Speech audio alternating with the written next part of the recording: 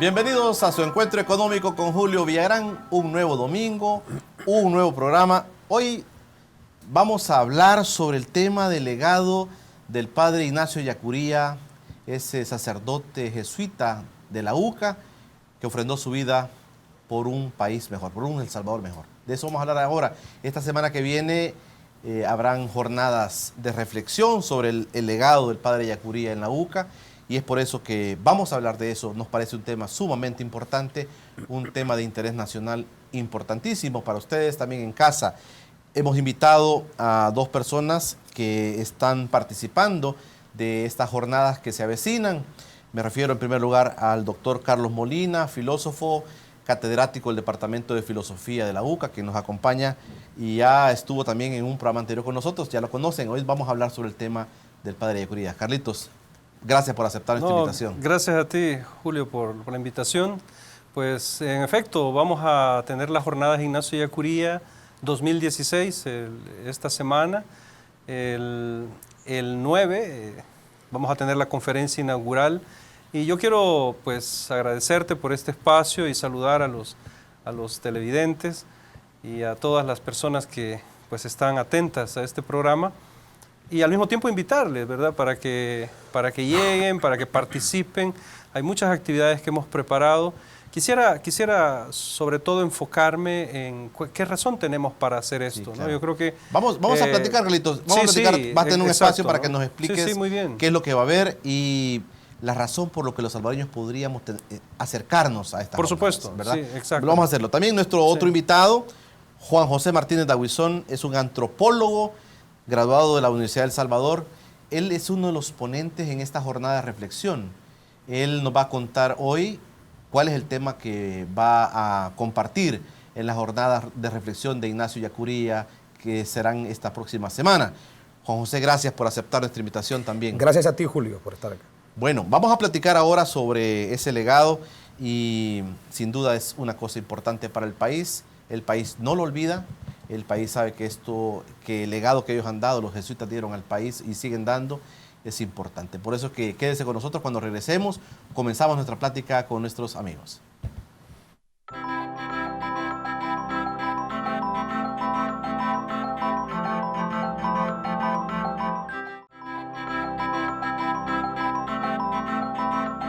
Bueno, ya estamos con el encuentro económico con Julio Villarán. Hoy hablaremos del legado del padre Ignacio Ellacuría, sacerdote jesuita, que todos lo conocemos, todos sabemos y todos hemos leído acerca de él. Nos acompañan Carlos Molina, filósofo de la UCA, y Juan José Martínez Daguizón, antropólogo, que va a ser uno de los ponentes a la jornada de reflexión del padre Ignacio Ellacuría. Quiero contarles que Carlitos Molina es doctor en filosofía, catedrático del Departamento de Filosofía de la Universidad Centroamericana José Simeón Cañas. Juan José Martínez Daguizón, a él no lo conocíamos, hoy lo vamos a conocer, es antropólogo, graduado de la Universidad del Salvador.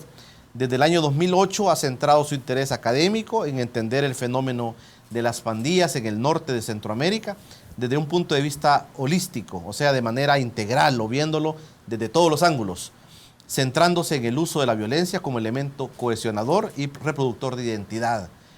Ha hecho estudios para universidades como American University, Universidad de la Florida, Universidad Francisco Gavidia, entre otras. Es autor de algunos libros. El primero es Ver, Oír y Callar. El segundo, Un año con la Mara Salvatrucha, 13. El tercer libro, Las mujeres que nadie amó, historias de vida de 8 mujeres salvadoreñas. Es coautor del libro Crónicas Negras, desde una región que no cuenta, así como de diversos artículos académicos sobre el tema de las pandillas. Actualmente continúa investigando sobre el tema de la violencia y centros penitenciarios en Centroamérica.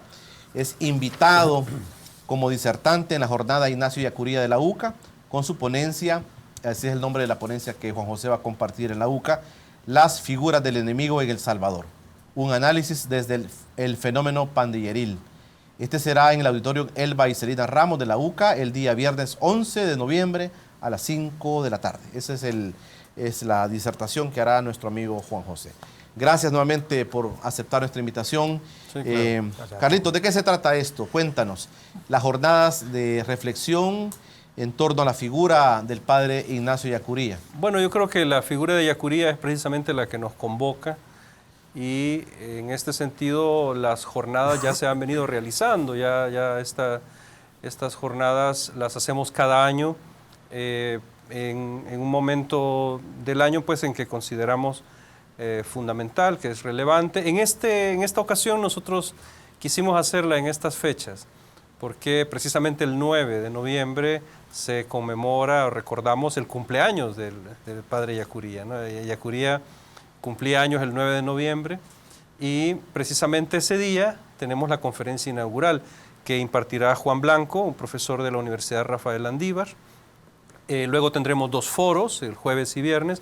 En uno de esos foros precisamente va a participar Juan José junto con otros panelistas, ¿no? Y uno puede entrar a estas jornadas. Claro, por Carlos. supuesto. Tú puedes hacernos invitación para decirnos a los salvadoreños por dónde vamos a entrar y Sí, cuánto claro. vamos a pagar o no vamos a pagar. No van a pagar nada, van a llegar a la UCA. En la UCA, en el auditorio Elba y Celina Ramos, es un auditorio que tenemos en el edificio de Aulas D. Al llegar, la UCA es una universidad muy linda, muy amigable, pero no es tan grande, ¿no? Entonces no se van a perder, así que pueden llegar al auditorio Elba y Celina miércoles, jueves y viernes a las 5 de la tarde. Yo quería retomar algo que tú dijiste que me parece muy importante, y es que Ellacuría nos convoca. De hecho, hay una ponencia sobre el pensamiento político de Ignacio Ellacuría el jueves, a cargo de una de nuestras estudiantes de filosofía, porque los estudiantes de las carreras también están participando, un estudiante de la Universidad del Salvador también, profesores de la UCA, investigadores y profesores que no son de la UCA también. Eso es una actividad. ¿Qué edición es esta, Carlos? Bueno, fíjate que yo creo que es como la 5ª o 6ª que realizamos. Lo que pasa es que originalmente se realizaban en febrero, en enero, ¿sí? En otro momento del año. En esta ocasión es la primera vez que la hacemos en noviembre y bueno, nos pareció muy importante destacar algo, y que es a lo que iba. Ellacuría fue un filósofo, fue un profesor de filosofía y un estudioso del filósofo Xavier Zubiri, y una persona que entendía la filosofía en un sentido muy práctico, muy concreto. La filosofía debe aportar a los problemas del país. Yo creo que eso es una idea con la que Ellacuría estaría muy de acuerdo, seguramente. Y en ese sentido, nuestras jornadas, cada vez que se han realizado, van en esa dirección. La jornada va a enfocar a ver a Ellacuría como el filósofo, aquel pensador que le aportaba al discernimiento de para dónde este país podría ir. Claro, es lo que llamaríamos pensamiento crítico. Ellacuría era un abanderado del pensar crítico. Pensamiento crítico no es únicamente que uno critique lo que está mal, o que uno diga, miren, esto debería hacerse de otra forma, sino significa tomar una posición frente a los problemas del país y ponerse al lado de los grupos que para Ellacuría eran las mayorías populares, que son los que merecen y los que nuestro esfuerzo, nuestra dedicación, y que al mismo tiempo son los llamados a hacer las transformaciones en la sociedad. ¿Qué le va a dejar al país estas jornadas, Carlos? Bueno, le va a dejar espacios de reflexión necesaria, porque una cosa que es importante comprender es que no podemos resolver problemas concretos sin reflexión. Eso es un terrible error, ¿no? Bueno, si no estudiaríamos filosofía o antropología, ¿no es cierto? ¿Verdad? No estudiaríamos economía si no existiera también la necesidad de la reflexión y la teoría, y a eso están, por cierto, para luchar contra esa confusión, es que han sido creadas estas jornadas, ¿no? Una invitación para que todo el mundo se acerque y pueda compartir estas reflexiones. Bueno, a mí me llamaba mucho la atención, y por esa razón es que Juan José Martínez de Aguizón nos acompaña en esta noche. Cuando tú me contaste que una de las ponencias era las figuras del enemigo en El Salvador, un análisis desde el fenómeno pandilleril. Y yo me puse a pensar qué tiene que ver esto con las jornadas de Ignacio y Ellacuría, ¿verdad? ¿Cuál es el objetivo de esto? básicamente de la ponencia de Juan José. Juan José nos va a contar su versión. No, claro. Pero yo quisiera que tú me Sí. dijeras como parte del equipo. Te voy a decir lo que pensamos cuando un estudiante, por cierto, de filosofía, propuso en el equipo que estamos organizando estas jornadas, el equipo organizador dijo, miren, yo creo que sería importante invitar a Juan José, empezó a hablarnos del trabajo que él conocía, que había realizado Juan José, y también nos dijo por qué era importante que en las jornadas nos acompañara, ¿no? Yo quiero destacar dos cosas. Una, que el problema de las pandillas no solamente es un gran problema para las personas en lo que tiene, digamos, de relación con la misma violencia o la delincuencia, sino que es quizás el tema álgido de nuestro tiempo porque tiene que ver con la crisis de la convivencia que vive el mundo mismo, no solamente el país, y con el problema de la inhumanidad, algo que hablábamos, por cierto, con Juan José hace un rato. Yo creo que es un problema fundamental. Lo que ahorita debería preocuparnos sobre todo es eso, hasta qué punto estamos dejando que la inhumanidad nos inunde, ¿no? No debemos ceder a la inhumanidad, no puede ser. Y en ese sentido, aquí paso al otro aspecto, y en ese sentido esto encaja perfectamente con el espíritu de Ignacio Ellacuría, que, déjame solo terminar, Sí. que plantea la necesidad de conocer a fondo la realidad misma. Claro. Y el conocer a fondo la realidad, ojo, filosóficamente no significa que solo participan filósofos académicos o personas que tienen un título de filosofía, como es mi caso, ¿no? El pensamiento, la Porque filosofía... la gente puede decir, Carlos, también, Ajá. son muy teóricos, No, muy teóricos, sí.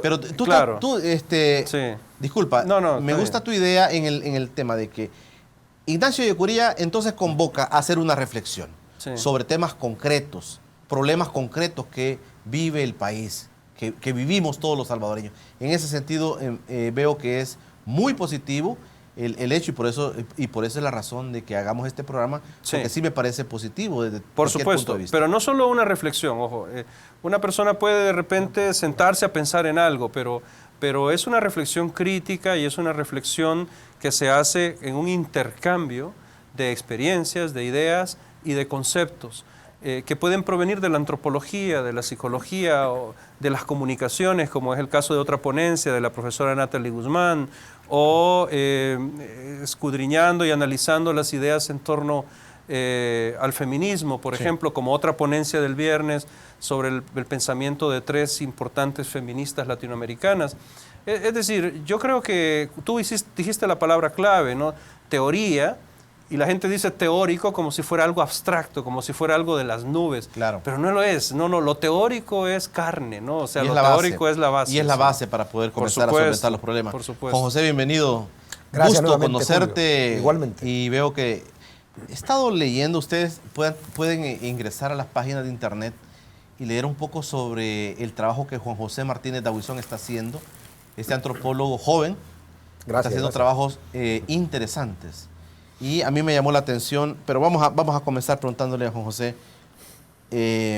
¿cómo es este rollo que te metes tú, estas investigaciones, en un tema tan delicado, un tema tan difícil, digamos? A mí me llamó la atención la palabra holístico que pusiste.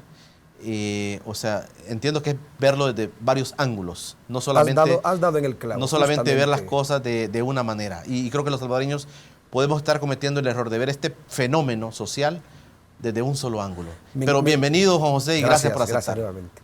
Mira, para serte honesto, a mí en un primer momento también me llamó la atención, me extrañó un poco ser invitado a estas jornadas por parte del amigo Carlos. Sin embargo, creo que hablándolo me hace sentido, ¿no? Ellacuría nos llamaba a poner la teoría, a poner la ciencia en función de la realidad, ¿verdad? A estudiar estos problemas sociales. Y yo creo que, como tú bien lo decías en el preámbulo que acabas de hacer, el fenómeno de las pandillas y el fenómeno de la violencia en general suele verse como que si hubiese surgido en El Salvador por generación espontánea, ¿verdad? Como si fuese un fenómeno que las pandillas empezaron en los 90 con los deportados, ¿verdad? Aquellos que vinieron de Estados Unidos, y la violencia en todo caso empezó con la guerra.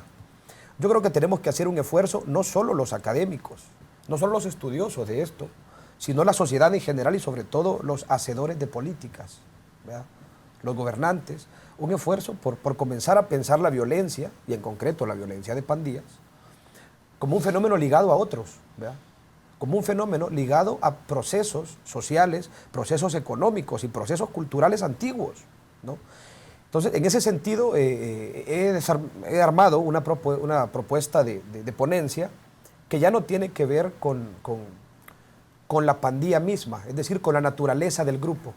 Mi trabajo se ha centrado mayormente en entender el grupo, en entender la identidad de las pandillas, la conformación de la identidad.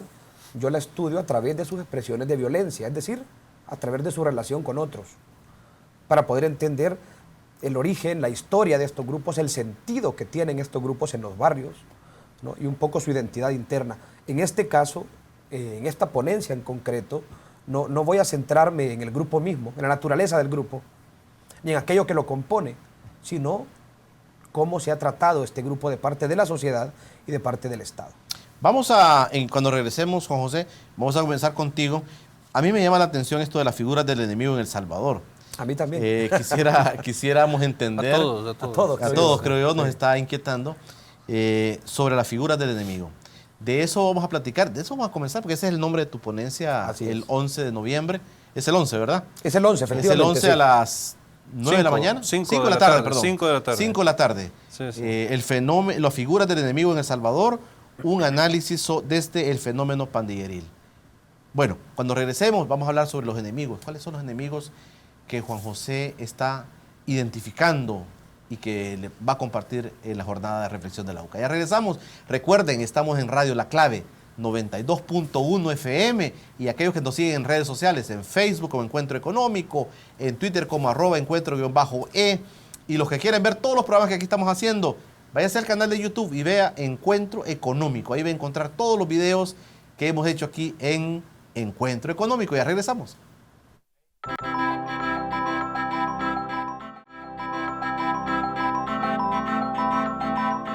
Gracias por estar con Encuentro Económico con Julio Villagrán. Hoy estamos hablando con Carlos Molina y con Juan José Martínez Dahuizón, dos personas que van a estar participando en la jornada de reflexión del padre Ignacio Yacuría la próxima semana. No se pierdan.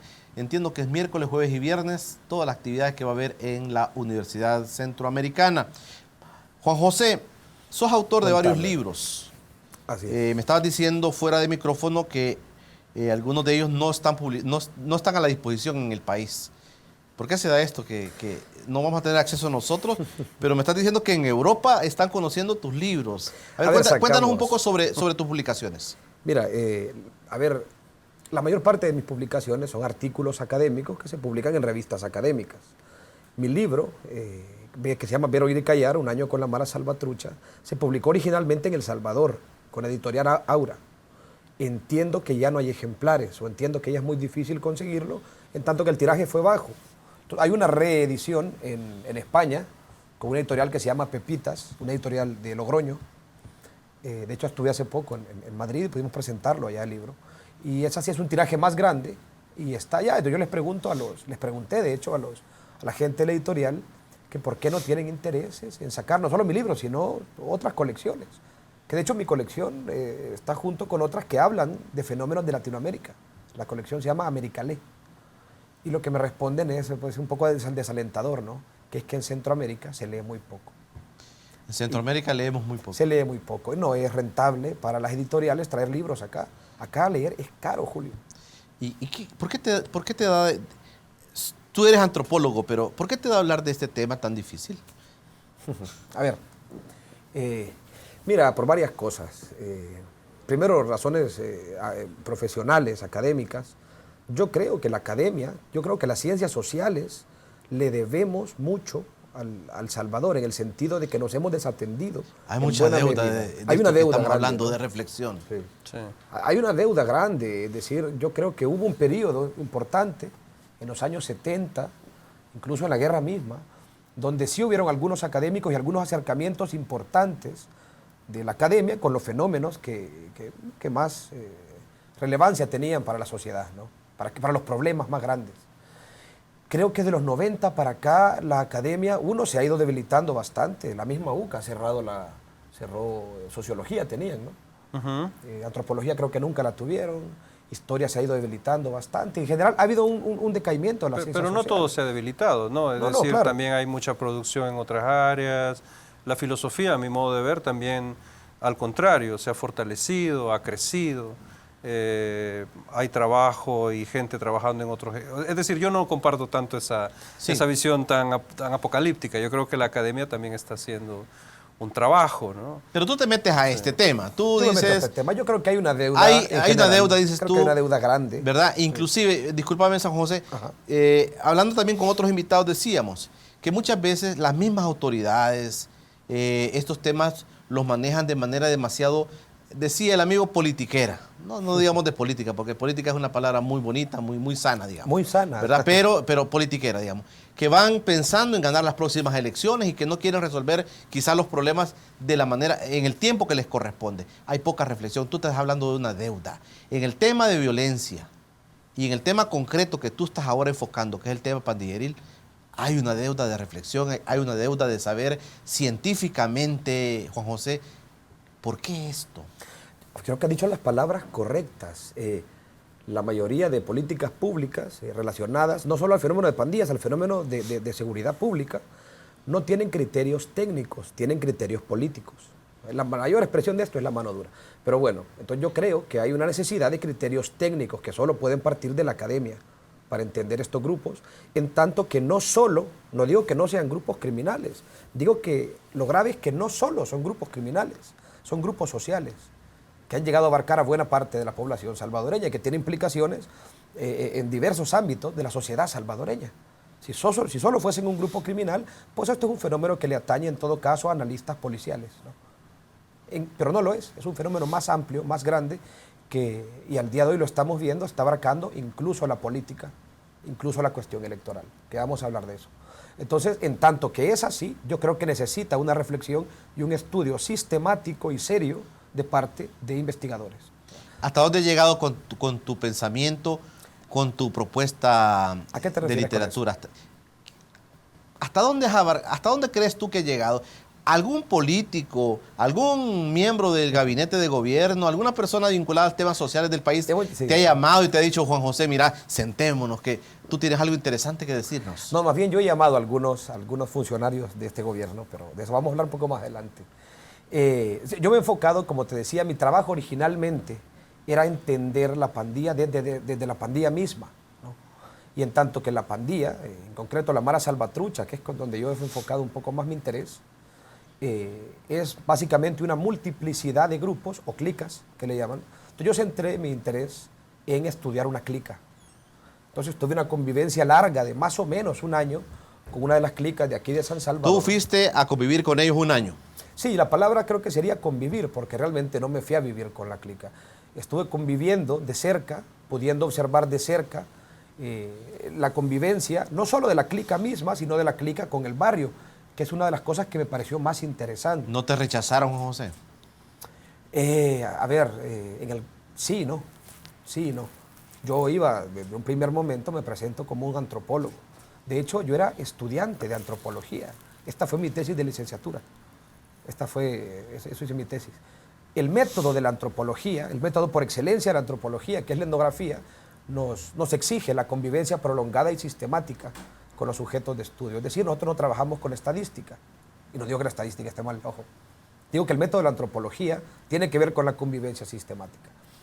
Entonces convivo con esta clica, logro entender algunas cosas. Como te digo, mi primer interés era entender la pandilla desde la pandilla. Entonces logro entender algunas cosas como el manejo de la violencia, la relación que tienen con la violencia, la relación de amor y odio que tienen con los barrios. Y posteriormente mi trabajo se va ampliando un poco más a centros penales, a políticas públicas y a concepciones, normas y valores de la sociedad misma en torno a la pandilla y a la cuestión de violencia. Vamos a hacer una pausa. Yo quería preguntarle también a Carlos, esta jornada tiene varios temas. Sí. Esta jornada de reflexión tiene varios temas. Sí, sí. ¿Qué otros intereses hay en la jornada? Ah, claro. Carlitos, tal vez nos puedes explicar, Sí. porque hay personas que me estarán diciendo también, aparte del tema que digamos es de los temas centrales, pero ¿qué otros temas la gente puede llegar y escuchar en las ponencias? Ah, bueno, el plato fuerte, se puede decir, son las 3 actividades de miércoles, jueves y viernes a las 5 de la tarde, ¿no? Siempre en el auditorio Elba y Celina Ramos, a las 5 de la tarde. El miércoles tenemos la conferencia inaugural, la va a impartir Juan Blanco, como decía, él va a hablar acerca de precisamente la filosofía en la actualidad, por decirlo así, ¿no? Él nos va a introducir a muchas reflexiones que en este momento se hacen sobre la naturaleza misma de la filosofía. Porque bueno, los tiempos cambian y las personas muchas veces tienen la impresión de que la filosofía no cambia, ¿no? Pero no es cierto, la filosofía cambia. El jueves, en el foro, participarán diversos panelistas, ¿no? 3 panelistas se van a enfocar en aspectos culturales, sociales, como una de las conferencias, por ejemplo, está concentrada en la influencia de los medios de comunicación en las ideas sobre la familia en nuestro país. Otra está más dirigida al tema de los migrantes, a la educación. Hay otra ponencia muy interesante de un estudiante de la Universidad de El Salvador. Y la otra ponencia es sobre el pensamiento de Yacuría, el pensamiento político de Yacuría.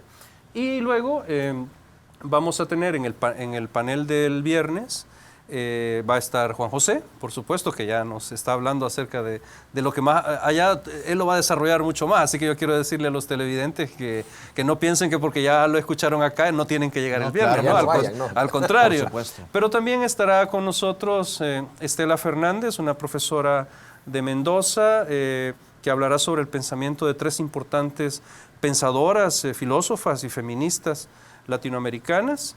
Y el jefe del Departamento de Filosofía, Ricardo Roque Baldovino, nos hablará también sobre la relación entre filosofía y eurocentrismo. Ese panel del viernes está dedicado, así le hemos llamado nosotros, dar la palabra a los sujetos silenciados, ¿no?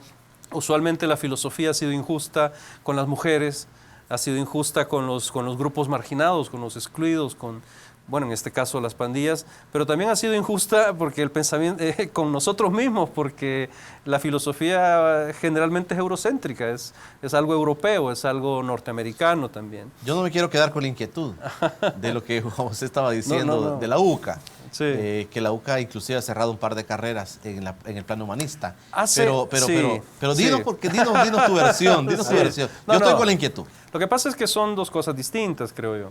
Obviamente la UCA en algunos momentos, eso, bueno, pueden ir y verlo, ¿no?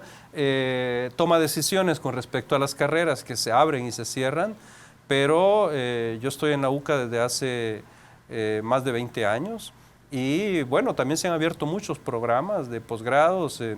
Cuando yo entré, por ejemplo, solo teníamos 2 títulos en filosofía, ¿ya? Ahora tenemos 3, tenemos los posgrados. Pero yo quiero ir más al fondo de la cosa, porque la actividad académica me parece a mí, yo siento que se ha expandido, se ha desarrollado, no solamente hablemos de la UCA, pensemos en la Universidad de El Salvador y otras universidades, otros institutos de investigación. A propósito, Sí. hago un paréntesis. René Martínez Pineda, el director de la Escuela de Ciencias Sociales de la UES, nos dijo aquí en el programa anterior Sí. que inclusive estaban sorprendidos que habían muchos estudiantes interesados en la carrera de sociología en la UES. Sí. O sea que no es que no haya interés de los jóvenes, digamos, por estudiar No. este tipo de carreras humanistas. No. Lo que pasa es que también me parece a mí esto, las razones que tuvieron en los años 90, porque eso viene de los 90, o sea, que tuvieron en los años 90 para cerrar algunas carreras, bueno, en la UCA o en otros lugares, son diversas. Yo no puedo hablar de esto porque no era mi responsabilidad y la verdad no lo conozco muy bien. Obviamente yo lamento que estas cosas pasen, pero también me alegro cuando veo que hay otras iniciativas importantes. Ahora, lo que también ha sucedido es que los intereses sociales o las mismas disciplinas cambian.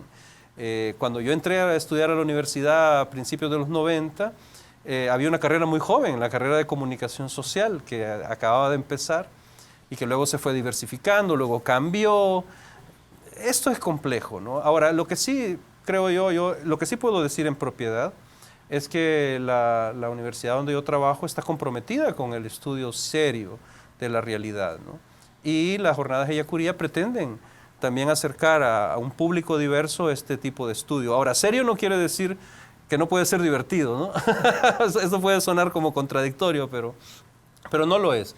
Nosotros vamos a tener siempre dentro de las jornadas otras actividades. El martes 8, o sea, un día antes de la conferencia, a las 3 de la tarde tenemos un cineforo muy interesante sobre una película que es la vida de una filósofa, Hannah Arendt, ¿no? O sea, yo les invito para que se acerquen el martes a las 3 de la tarde al mismo auditorio, Elba y Celina, a ver esta película y a escuchar las reflexiones al respecto. El miércoles en la mañana, a las 9 de la mañana, tenemos otro cineforo, siempre en el auditorio, Elba y Celina, que es una película de Woody Allen, excelente. Yo le decía a Juan José acá en el receso, es como la tragedia griega llevada a nuestro tiempo, la película Match Point, ¿verdad? Y luego al mediodía, la Peña Cultural. Vamos a tener música dedicada precisamente al cumpleaños de Yacuría, ¿no? Para recordar a Yacuría. Algo más. Sí, sí. Tenemos exposiciones bibliográficas en la biblioteca. Los 3 días, la hemeroteca, la sección de revistas de la biblioteca va a salir, o sea, va a estar afuera del auditorio para que las personas puedan... Va a estar en los pasillos para que pueda la gente... Exacto, para que la gente pueda ver las revistas, los libros, Perfecto. textos de Yacuría y algo muy interesante, en el atrio del edificio de Aulas D, que está contiguo al auditorio, vamos a tener una exposición de imágenes, de fotografías, donde van a poder observar esos rostros tan diversos de nuestra cultura y que también le interesan a la filosofía. Así que todos pues, sí, estamos invitados. Por supuesto. Gracias, Carlos. Cuando regresemos, yo quiero preguntarle a Juan José Martínez Dahuizón sus alcances. ¿Qué es lo que es? ¿Cuál es su propuesta? ¿Y por qué deberíamos escucharlo? Eso va a ser cuando regresemos. Gracias a aquellos que a través de Radio La Clave 92.1 FM nos están sintonizando. Ya regresamos.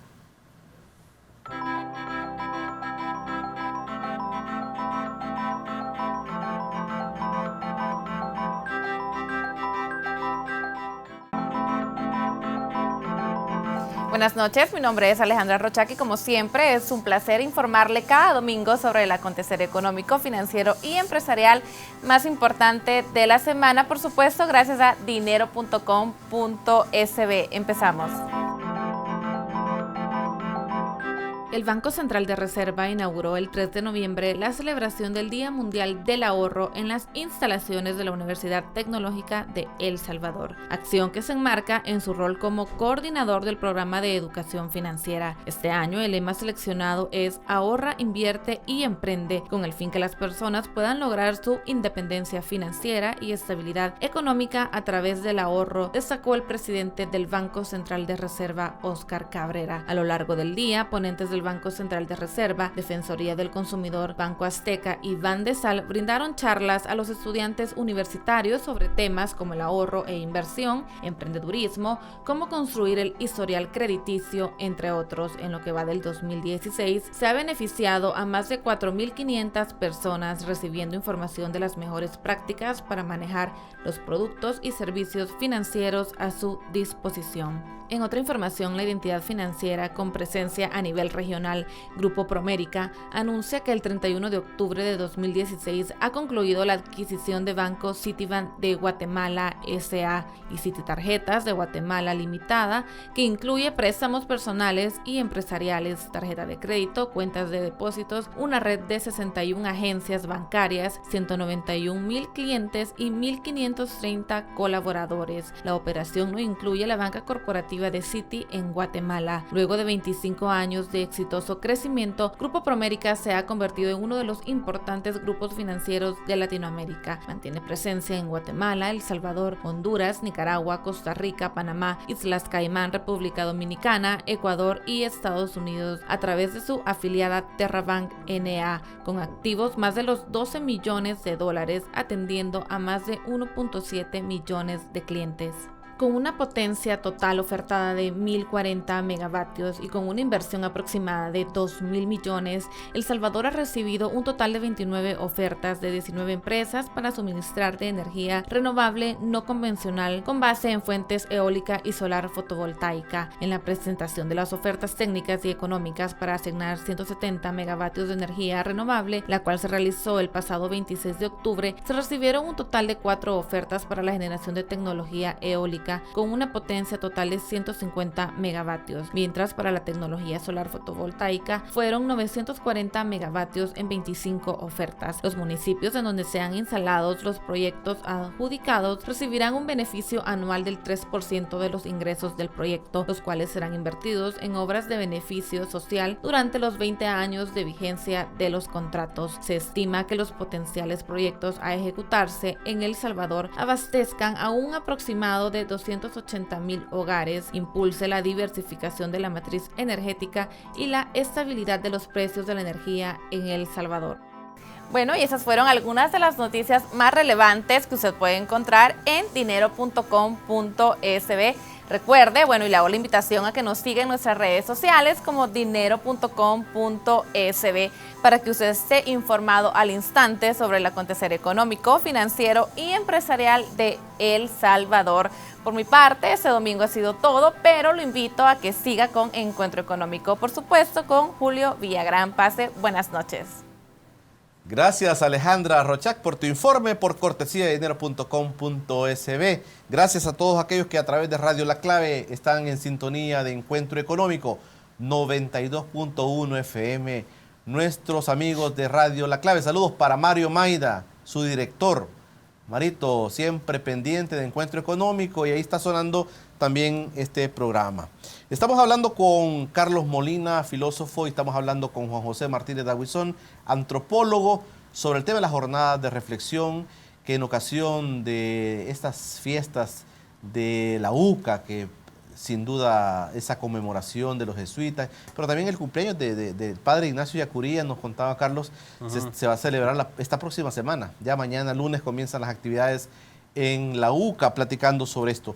Pero uno de los ponentes es Juan José y va a exponer sobre las figuras del enemigo en El Salvador, un análisis desde el fenómeno pandilleril. No se pierdan esta ponencia, nuestro amigo Juan José. Juan José, yo te hacía una pregunta difícil. Ajá, dale. ¿Cuál es tu propuesta sobre el tema este? Académicamente estás dando una propuesta. En Europa están escuchándote. ¿Cómo es posible que nosotros no te escuchemos aquí, Juan José? ¿En serio? A ver, yo creo, antes que nada, lo invitaría a ustedes y a la audiencia a desconfiar de aquellos académicos y de aquellos políticos que pretendan tener una fórmula para resolver las cosas.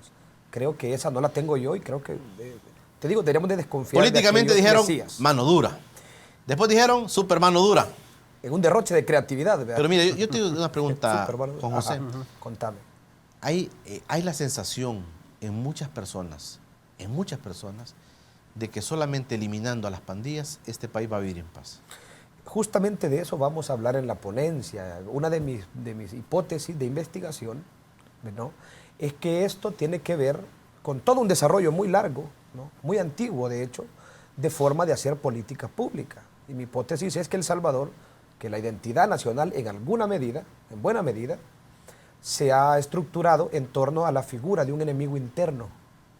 Las élites y la sociedad misma, las élites económicas, las élites burocráticas y las élites políticas han girado en torno a estar siempre en contienda con un enemigo interno que no permite el desarrollo liberal. El enemigo es aquel que no permite el desarrollo. Y yéndonos bastantito atrás, encontramos ese primer enemigo en la figura de los indígenas, sobre todo del occidente salvadoreño. De hecho, encontramos esa figura desde mediados del siglo XIX. Para la producción del añil no era mucho problema, pero para la producción de café, vaya que era un problema, no el indígena mismo, sino la forma de organizarse y la forma de tener la tierra. La forma de tener la tierra de los indígenas era un problema, sobre todo porque tenían tierras altas y no producían café, sino que tenían cultivos de subsistencia. Esto implicaba un tremendo problema para el Estado, que trataba de desarrollarse a través de una economía de agroexportación. Básicamente, en esos años, El Salvador era café. Había una obsesión con el café, una tremenda obsesión. Las carreteras que tenemos aún hoy, las carreteras más importantes, van de las fincas a los puertos. La política estaba diseñada para producir café, y en esto los indígenas eran un problema. Hubo la reforma, una de las primeras reformas agrarias, si no la primera, de América Latina, que se da en la última década de 1800, donde básicamente los despojan de las tierras, ¿no? Entonces los indígenas van acumulando todo un Hay todo un proceso de descontento que revienta en el 32, que creo que está de más describir acá en lo que pasó en el 32. Esa fue una medida extraordinaria del gobierno de ese entonces, ¿no? La matanza que hubo con los indígenas, con ese enemigo interno que inhibía el desarrollo.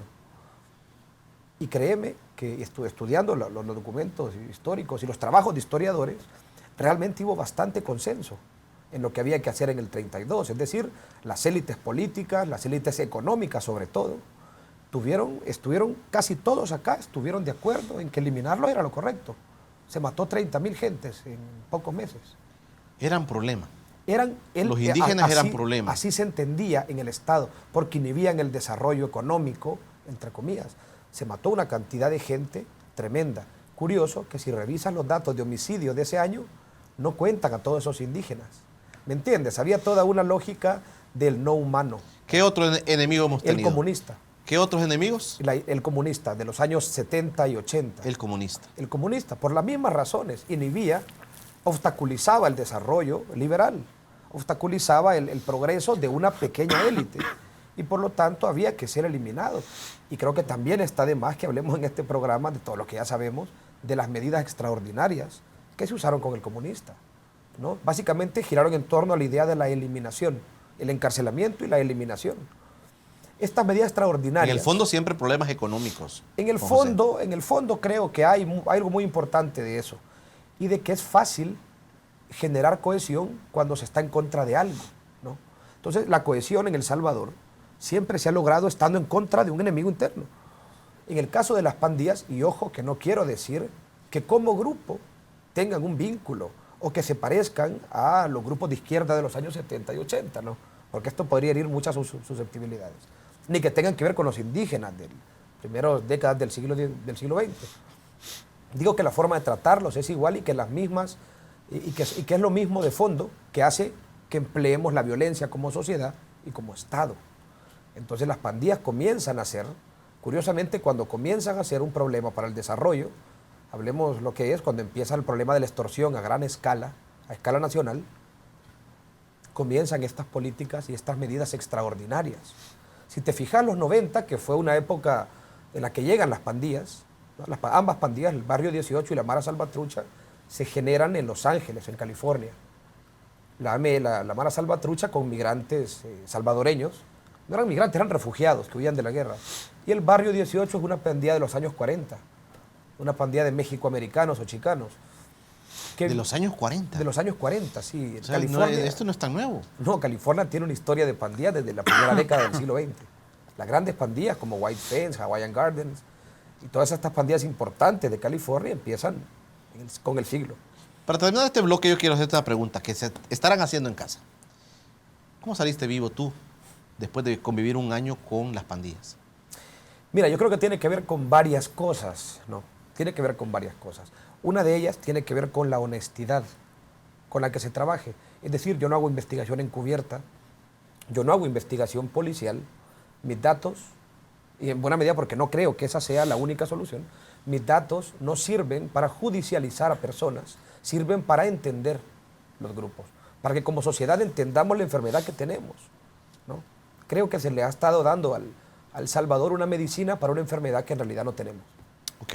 Vamos a quedarnos ahí, vamos a ir platicando. Cuando regresemos vamos a platicar con Carlos Molina porque a mí me interesa mucho en el pensamiento de la Universidad Centroamericana, de la UCA, me interesa mucho cómo es que se están enrumbando en este momento, en el año 2016, cómo están enrumbando ese pensamiento, ese legado que los padres jesuitas han dejado a este país. Mucha gente puede decir, Ignacio, han dicho algunos, ¿verdad? Ignacio Ellacuría era el centro, el pensamiento, el actor intelectual de la guerra en el país. Hemos escuchado a gente diciendo eso, pero con todo ese tipo de jornadas, la UCA nos está diciendo algo. De eso le voy a preguntar a Carlos Molina cuando regresemos. Okay.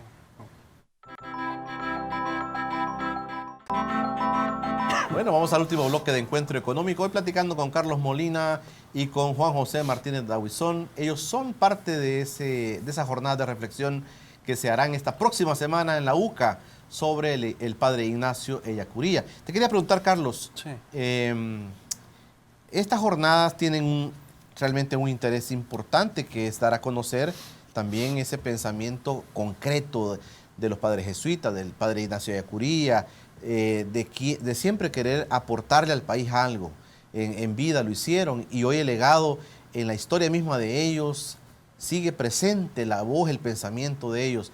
Algunos decían estos fueron los actores intelectuales de la guerra, ahí se fraguaba todo lo que era el comunismo, el marxismo, pero veo que pasan otras cosas más allá de todo eso aquí en la jornada, en la UCA. Bueno, yo quiero aprovechar antes de entrarle justo a lo que tú has planteado, que me parece a mí que es muy importante aclarar eso, porque también se parece bastante a lo que está emparentado, tiene un, como dijera el filósofo Wittgenstein, tiene un aire de familia, ¿no? ¿Verdad? Con esto que decía. Pero quería aprovechar para dos cuestiones. Una es que quiero recordarle a los televidentes que las actividades en la UCA no se limitan a las jornadas Ignacio de Yacuría. De hecho, toda la semana que viene, el sábado 12, por ejemplo, se va a tener la tradicional vigilia, ¿sí? Luego se va a tener una misa en la siguiente semana y además muchas más actividades organizadas por los diversos departamentos y unidades de la universidad. Yo quería solo decirles que estén pendientes, que entren a la página web de la UCA y ahí pueden encontrar mucha información sobre una amplia gama de actividades que les van a interesar. También quiero recordar una cosa más, y es que las jornadas Ignacio de Yacuría las hemos organizado el Departamento de Filosofía, también con el apoyo de biblioteca, la Biblioteca Florentino y Doate, la Librería de la UCA y el Centro Cultural Universitario, ¿no? Entonces son varias unidades de la UCA colaborando en esto. Bueno, hoy sí voy a la cuestión. Yo creo que es importante notar algo, y es que el gran legado, yo no puedo hablar, antes de la pausa tú me hacías una pregunta un poco más directa, ¿qué es lo que en la UCA se piensa? Es algo que yo no puedo decir, no puedo hablar por mis colegas, no puedo hablar por las autoridades de la universidad tampoco, pero sí puedo hablar de lo que conozco de alguien como Yacuría y también de lo que en el Departamento de Filosofía consideramos que es seguir su legado, ¿no? Yo creo que es precisamente contribuir para que podamos ver con claridad realmente lo que sucede y también ver con claridad cómo podemos ser, con esa honestidad que mencionaba Juan José, cómo podemos ser realmente eficientes a la hora de analizar las cosas y no caer en esos engaños y en esa mistificación que nos hace ver enemigos por todos lados, ¿no?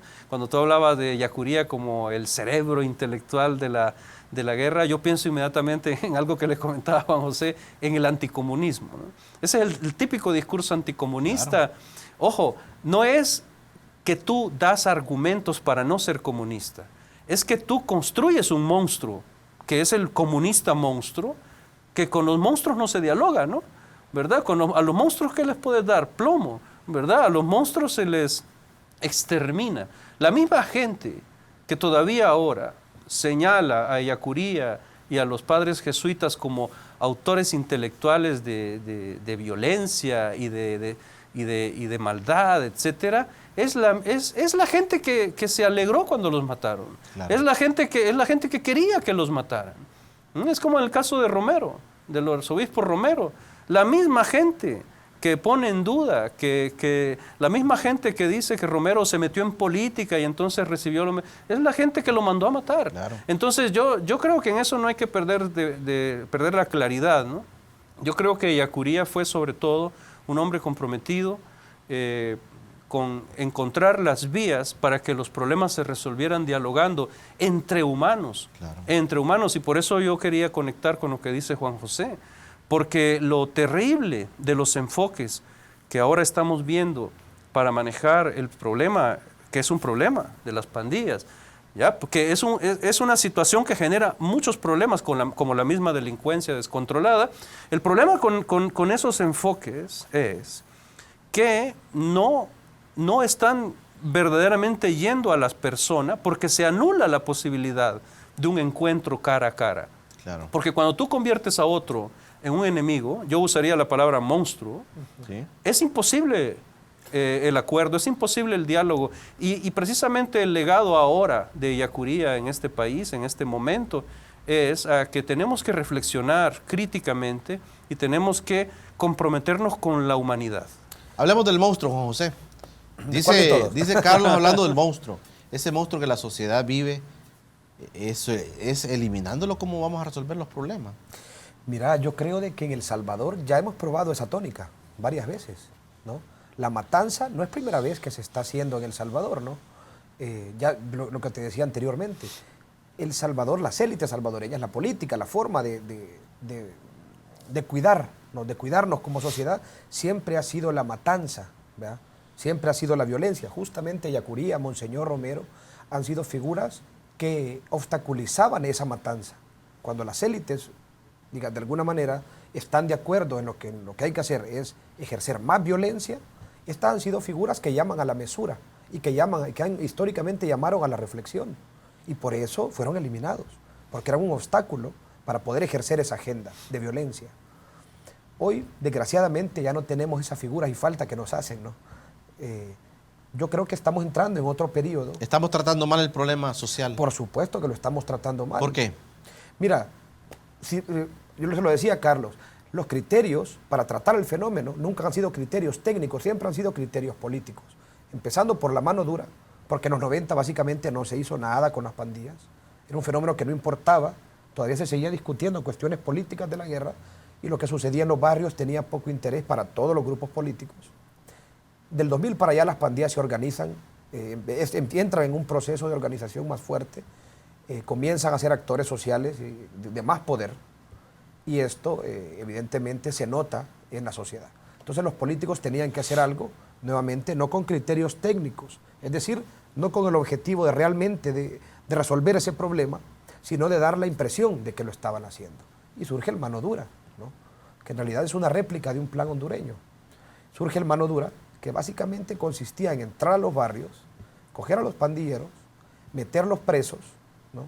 De hecho, el mano dura se lanza en la DINA.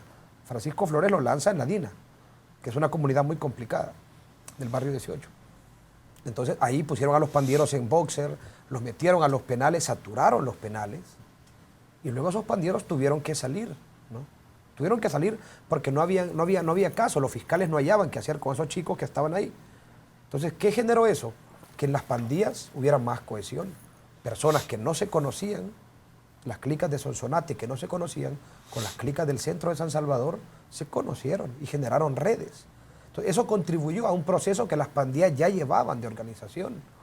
Sin embargo, a nivel político, funcionó, porque a las personas les agradó ver a un Estado fuerte, ver a un Estado violento, arrastrando a los pandilleros hacia los penales, hacia las Bartolinas. Agradó, generó una sensación de seguridad errada, porque en esos años los homicidios se incrementaron. Entonces, de hecho, mi percepción es que esa fue una de las cuestiones claves que le dio el gane a Antonio Saca. Mira, platicar con las pandillas como gobernantes es correcto. Hace poco, de hecho, sacamos un material en donde el exministro de Seguridad, Benito Lara, y el actual ministro de Gobernación, Aristides Valencia, están conversando con las pandillas. Yo en esto veo algo siniestro y no por el hecho, se lo comentaba Carlos, no por el hecho de dialogar con las pandillas. Yo creo que para resolver un fenómeno, al menos hay que valorar, hablar con los actores importantes. Y vaya que las pandillas lo son. Se hizo en la tregua, ¿no? El proceso que conocemos como tregua, que tuvo 1001 errores. Sin embargo, al menos rompió con una tradición de violencia que había en el marco de la seguridad pública. Rompió con algo. El problema de los acercamientos de políticos a las pandillas es que no han sido acercamientos para resolver el fenómeno o para hacer un llamado a la rehabilitación o para abrir un espacio para buscar salidas. Están buscando votos, están comprando votos. Te quiero hacer la última pregunta, Juan José.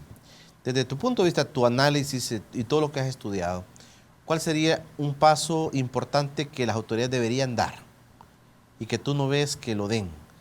¿Qué deberían hacer? Y con eso nos vamos a quedar. Y después te vamos a ir a escuchar a la UCA para ver qué más planteas.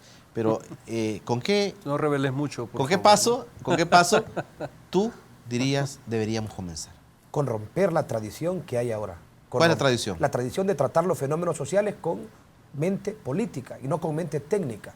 los políticos ahorita están abordando el fenómeno de pandillas. O sea, político electorero, Político ¿no? electorero, Político, no porque político en el sentido puro de la sí, palabra, sí, por claro, supuesto. claro. No, en el sentido electorero. Están buscando votos y eso es una cuestión muy sucia. Están comprando votos, hay un pleito por unos votos que se sabe que pueden organizar las pandillas. Eso es cruel para con una sociedad que ha padecido tanta violencia. ¿Cuál es el primer paso? Dejar de hacer esto, generar otros espacios políticos más plurales para tratar este fenómeno sin estarse peleando esos votos. ¿Tú estarías dispuesto si un gobernante te dije, Juan José, sentémonos, vamos al grupo de filósofos, de antropólogos, de técnicos, para tratar ese tema con seriedad? ¿Tú estarías dispuesto? Eso no va a suceder, pero por supuesto que estaríamos dispuestos. Ok. No solo yo, un montón de académicos gente. que tienen trabajos muy interesantes sobre el tema. Perfecto. Pero eso no va a suceder. Juan José, gracias por aceptar nuestra Gracias a ti, invitación. Julio. Y nada más hemos hablado un poquito, pero los que quieran escuchar a Juan José Martínez Dahuizón, en la UCA, el día 11 de noviembre a las 5 de la tarde, estará haciendo su ponencia sobre las figuras del enemigo en El Salvador, un análisis desde el fenómeno pandilleril. Esa va a ser la ponencia que Juan José estará dando. Carlos, gracias por estar con nosotros también. Gracias a ti, un saludo a los televidentes y de nuevo la invitación para que esta semana y la próxima también lleguen a la UCA y compartan con nosotros y recuerden a Yacuría y a los jesuitas, pues, pero sobre todo no solo los recordemos, sino que tratemos de hacer actualidad, de volver realidad muchos de sus sueños y de mucho de su esfuerzo. Gracias. A todos en casa, gracias por haberse quedado con Encuentro Económico. El próximo domingo una nueva propuesta. Pasen buenas noches.